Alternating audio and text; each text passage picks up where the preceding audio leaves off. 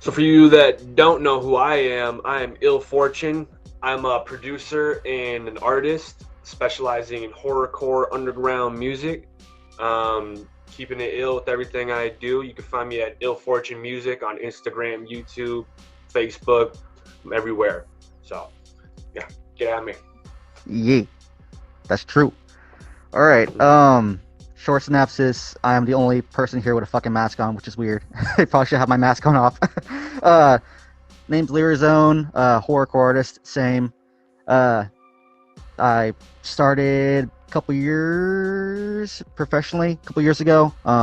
Kicked off the rebranding, doing more metal stuff. Ill Fortune knows it. We did a little more of a rock theme, but for this new track, Country Carvin Diner, we're gonna both talk about it, break it down of how we came about, the process of making it, what we did as far as the skits, little Easter eggs you probably won't find on any other place but here.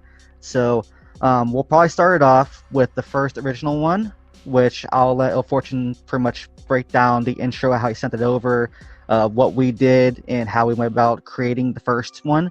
And he'll discuss everything as far as like how he did it, inspirations, and etc. Go ahead, bro. Yeah, so I mean, from the get-go, we decided we wanted to do some sort of story-driven track, something with the concept. Both of us like to do stuff with narratives like that instead of just doing like we knew we didn't want to do some plain old track with nothing to it, no meat and potatoes, you know. So definitely had to think about what we were gonna do. So as both of us, we love horror movies. We decided to go with more of a retro throwback with a diner, right, and work off of that. I don't remember exactly how we came up with the concept. It seemed kind of like a mutual thing where we were just kind of like fucking some sort of establishment, diner, serial killer, cannibal, some shit like that. We were Yeah, brainstorming a lot with like Leatherface, Texas Chainsaw Massacre type vibes. Um, definitely. Kind of that really inspired the kind of theme that we were going for and the kind of sound. So I got to work on, once we decided what we were going to do, I got to work on the instrumental for the track and was really just trying to give it that vibe that the beginning of Texas Chainsaw Massacre kind of carries when the guy's talking over the narration and whatnot, and he's like talking about like the gruesome murders and all of that. I kind of wanted to give it that eeriness, so that was kind of like my thought process behind the whole vibe of the beat. So I was trying to go with like just that shrill, raw, dark feeling.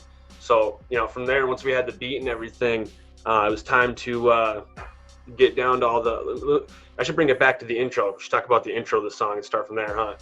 So, Yes. so we decided to go with a little skit about some guy going through a hick town, coming into a diner that just has a couple like rednecks sitting at the bar. They're just bullshitting about some weird fucker they saw in the woods on the way down. And this dude isn't getting any service. He's kind of a city slicker asshole, getting kind of pissed off that no one's helping him or no one's hearing him. Then Don't they finally, all? we have our mysterious cook come to serve them right before the heavy beat drop. So Yeah. what there? Okay. Yeah, pretty much when he sent it over, he sent me over the vocals as far as like everyone talking in the background. When I usually do intros, I like to start piece by piece, which was awesome because this one we can actually build a storyline together. We started with people coming up, the person talking about service, stuff like that. Now, me being a meat cutter, I was like, okay, this is golden. This is already like set to go because we can use like the theme of cutting, we can use the process of actually processing stuff like that, and also use the retail because I do my part-time job is I do True retail work. job. Yes, so that's what I do. That's so So that's big role. dude. Well, it's funny because that's what I used for one of my skits for my last album, Panic Room. I actually brought knives to work and then brought to the studio and I started sharpening the steel next to the microphone to get the impression like the person sharpening the knife as they're getting ready for the kill. Because I like using a lot of improv in the moment type stuff. Um, so the same day, I remember this day because it was actually a bad snowstorm here. I actually stayed in because I couldn't get out because we had 9 inches of snow outside. I tried to drive, and I couldn't do it. I was like, fuck it, let's do some music. So you sent the stuff over. I went to the kitchen, got myself some plates, put the microphone toward the wall, and pretty much went to the other side of the room and clashed them together, giving the impression like something's being grabbed. Because if you listen to the actual verse itself, when I say like grab some kitchen, grab some plates, you'll pretty much hear the plates like someone's actually doing stuff like that. Mhm. Pretty much from the intro, person talking, me walking up. If you listen to the audio, you can hear the audio panning from someone cooking in the background. So pretty much we had, as far as the music, it's pretty much the horror film in itself. Once you listen to it very closely, you'll hear certain things like even the chorus. You'll hear Il Fortune doing the death growl, death vocals. You can do that on there.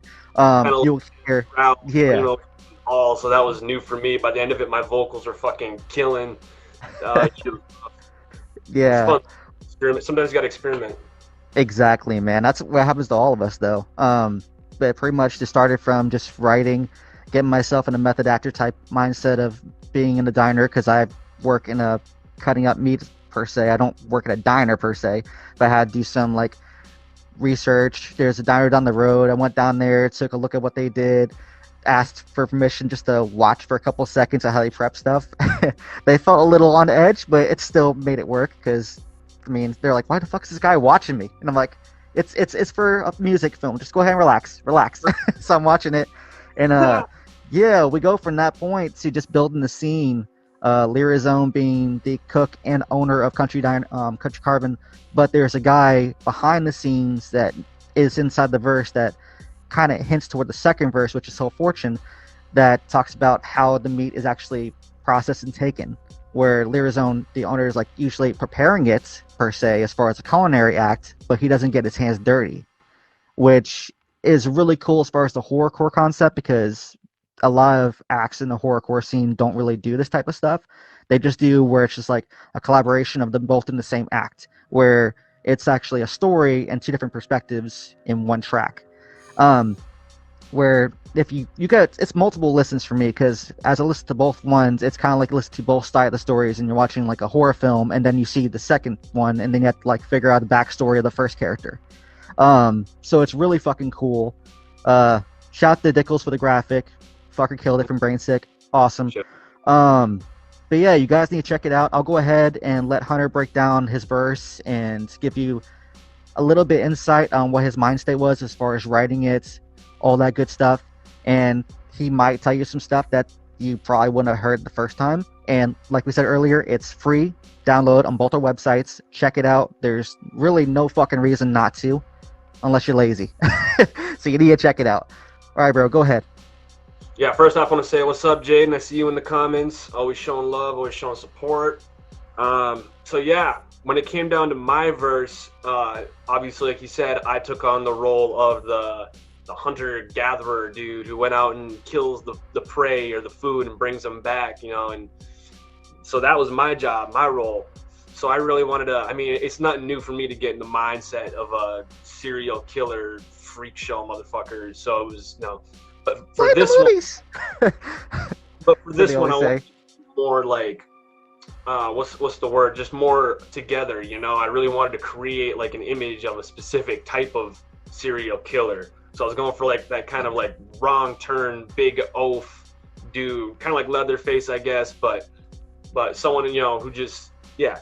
So for my verse, I was really trying to figure out how I wanted to do it, and I really wanted to like make people envision the scene that I was envisioning, and that's like running through the wood on chasing some bitch down, trying to kill her and shit, or other things that I mentioned in my verse, going to a campground and kidnapping some old man and his grandkids, bringing them back to make manwitches or some shit, So Exactly.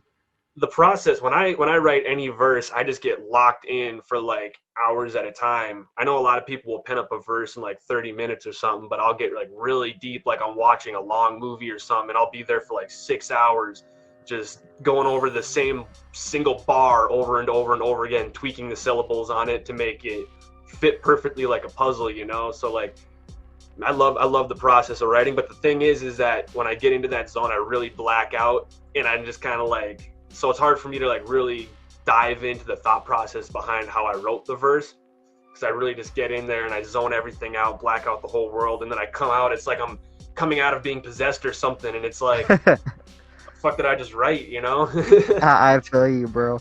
Well, that's kind of where it's actually pretty funny as far as that, because like we discussed the actual track itself, to where the first verse is more like the showmanship of the track.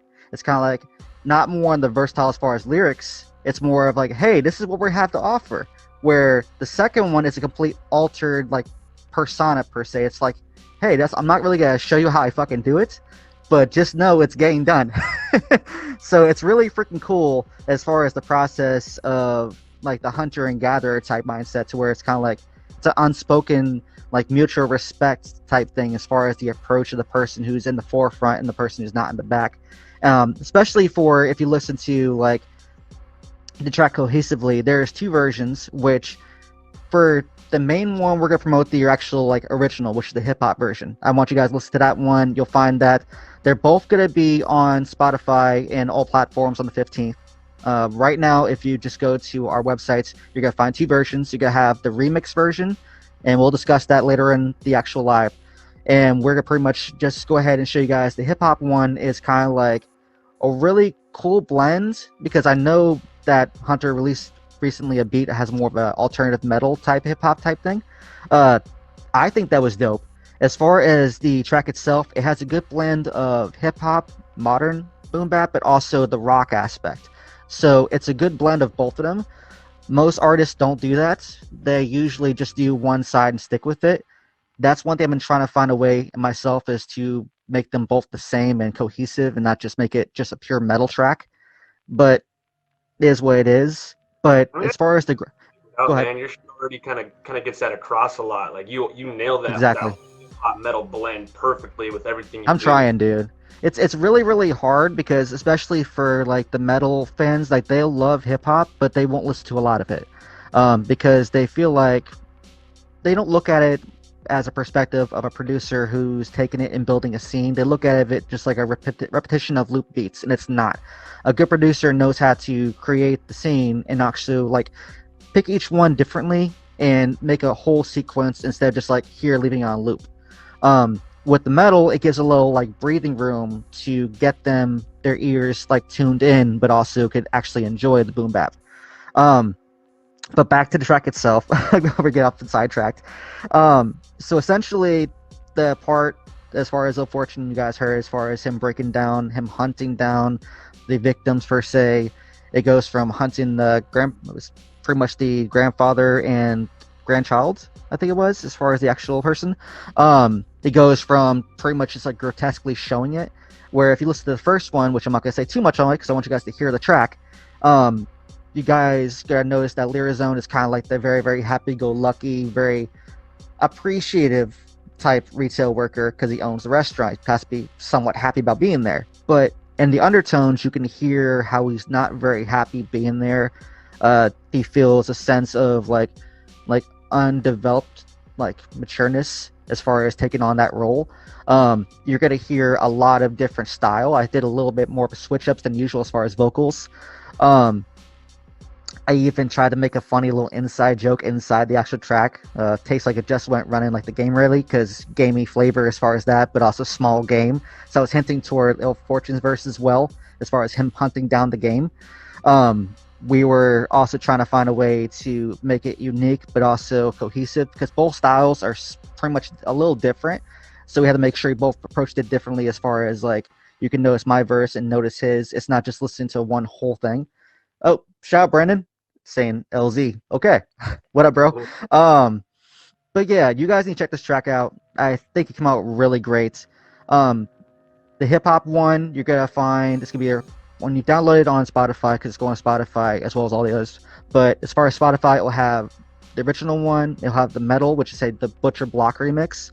We're gonna go ahead and talk about that real quickly. As far as the actual remix itself, we were planning on doing these for our albums, but the track came out so well that we can't hold on back to it. So I was like, fuck it, we're gonna go ahead and get these tracks out.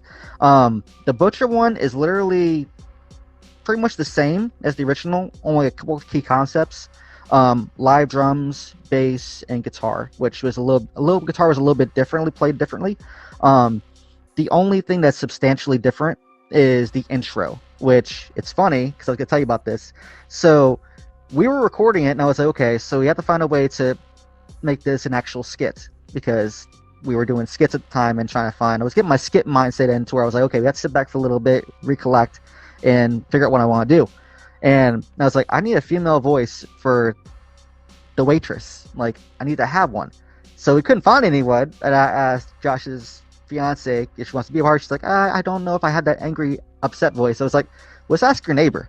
So we went next door, got the neighbor, and she came through, and she was like, it was funny because I think that was her first time actually recording at all. So Studio or yeah, studio, just studio in general, like anything recording. So as she came in, you could tell the jitters. Like when we first started, the jitter was like, well, how do I hit it online?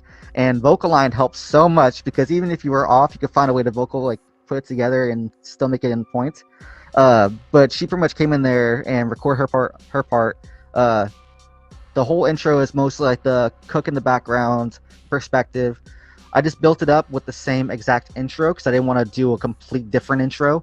I just started from the point to where you hear someone talking in the back room, making references about cutting, not want to be there, that references to the actual verse.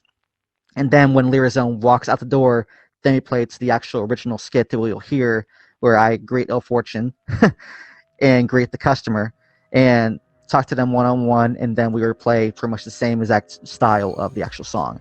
But I like you actually get to hear what's going on in the kitchen while the yes. customers out front. So if you hear both versions of the song, you kind of get like a double perspective when it comes to the intro. Exactly. Jake, is the butcher version on your website too, or is both yes. versions on your? Okay, yes. if you want both versions. I didn't upload the butcher one to my website yet. All good, bro. Yeah, so get that from his website, lyrizone.com. Yeet. But yeah, as far as that one, I just love doing it because I just love doing skits because it's more in the moment and you don't have to use a lot of stuff that you don't see. You can actually build it from your own perspective. Is there anything you did as far as your verse that you say was pretty interesting, that you enjoyed doing a little more than any other verse? Was there anything you were like, oh, this is really cool? Because I know from when I did my actual verse, I definitely enjoyed the actual cadence style, and I probably changed that and used that a little more, especially with the style switches. And I will probably like start using that because it was a really good track. We both killed it, so I'm gonna probably start looking back at it and just taking my can, learning from it. Is there anything you enjoyed about it? I'm trying to think about how my verse went because there was one part of it that I wrote that I really, really liked the way that it just came across with the flow, just the way it rolled with the beat. What I say, I'm like, grandkids, meat is meat, but I love it clean cut. Gotta slice them out. No, gotta gut them out, back slice from the spleen up. Eat up. Coming down to meet us. You are what you eat for the price of $3. I just love the whole end of the verse. I don't know what it is. I feel like you wrapped it up nicely. But it was a good scheme though, dude. Like it was pretty fucking funny, especially when I mentioned chili in mine. I'm like, okay, we got chili and we got like Sloppy Joe's. Let's go. It's a natural barbecue restaurant. The other part of the song that I really enjoyed doing the most was we already talked about it, but the screaming shit on the hooks or whatever the fuck you want to call it. I don't even know. I'm not very cultured in that regard. So the fact that I was even doing it, I was pretty far out of my element. But it was fun to do it regardless, and I feel like it added a little more grit to the track itself. So definitely, dude. Well, that's the one thing I had to learn doing stuff like that because I tried to know where to hide off my last album or say debut album. And essentially, I had to use like a very, very gritty vocal as far as the bass line, so I had to do that pretty much last because I was taught that essentially, I think I told you about the Melissa Cross type thing where she was like a vocal specialist. She did stuff for like what was it? There was that one band, Tears May Fall, I think Bullet for My Valentine. She did vocals for them, and she emphasized if you're doing very, very harsh vocals, do that toward the end, because if you blow out your vocals in the beginning of the session, your whole song is screwed. And I was like, I understand that 100%, because I didn't do that before, and it sucked. Especially when you're doing your highs and lows, you're like, it's a fucked up experience.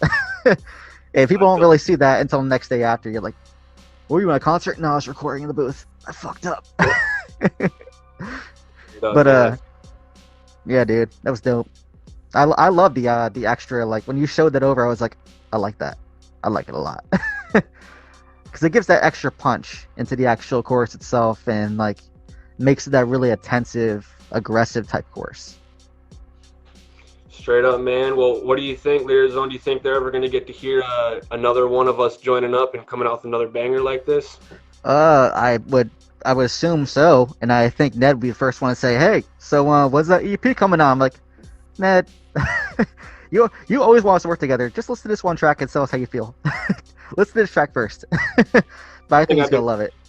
I've been trying to get this collab popping for a while. Well, I shouldn't say I've been trying because I hadn't reached out to you about it until until I did or whatever. Until I don't know who. Actually, I don't even know who reached out to who about it. I don't know. Maybe it was one of the mutual things. But Well, we it's stay something. busy too, man. So I mean, take that into concept too. That we both were releasing content.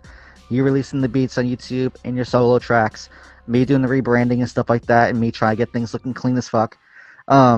Because that was my main issue for a while, is starting up as just having like, that's where I had to go to. It's a sidestep story. I'll go right back to it. That's why I had to change my Lyrizone logo from the metal one that I paid for to the original one, because I noticed that every single act was having the death metal type logo, and I was like, I can't do that. Like, even with the mask itself, it's hard to get past with a mask on, but even with the logo being styled itself, I had to be different. And even when I have cinematic sound and horror film soundscaping, you can only do so much at an image forefront. So I was like, fuck it, let's go back to the original one, make it look clean. And I think that's where it pretty much came from, is we both were staying busy taking care of ourselves, putting P's and Q's together, dealing with the COVID and pandemic and taking care of our stuff. And that's where we got. And then we got together, made this track, and came nice. It was definitely something I had anticipated reaching out to you for a long time about. So, like I was trying to say, I was thinking about doing a song with you for a long time. I'm not gonna lie, I want to make a track with you and one other artist who I don't want to drop his name in this feed, but I'll talk to you about it later, and then we can reach out to him if you're down. You've probably heard of And him. would it? Let's just say he's a horrorcore underground artist. He's doing a lot of cool things in the scene right now, and it's a lot of dope shit that I can respect. I'm sure you could too. We'll talk about it later, but it's something that maybe these people can get excited about. So Definitely. Um, so another thing too, as far as production wise, that's another thing we probably should talk about too. Uh, as music goes on, because I probably have like 5 singles still locked in. There's gonna be more collaborations going forward. So if you guys can, make sure that when it goes on YouTube and everything, I'm gonna go ahead and have it linked to both our profiles. We both get the cuts off it. So make sure you take care of it as far as like listen to the track, sharing it, supporting both of us. Because right now, as far as the horrorcore scene itself, like even with my reach on Facebook itself, like it's getting somewhat good, but it's also becoming where horrorcore is not being canceled per se, but it's having a hard time being promoted because it's so grotesque. Instagram, not so problem. I have had no problems with that. But if you guys can, give it a little more love on Facebook. If you see this, give us a like, share this, show your friend the track, go to our websites, check out our catalog, all that good stuff. Subscribe to our social medias, and while we're here, go ahead and drop your social medias real quick, so that way they know where to find you. I don't even think I can comment on this shit. Can I? I don't know. Oh, you should. If anything, I can always help you. I'm on my laptop right now, so it's not giving me a lot of user-friendly displays here.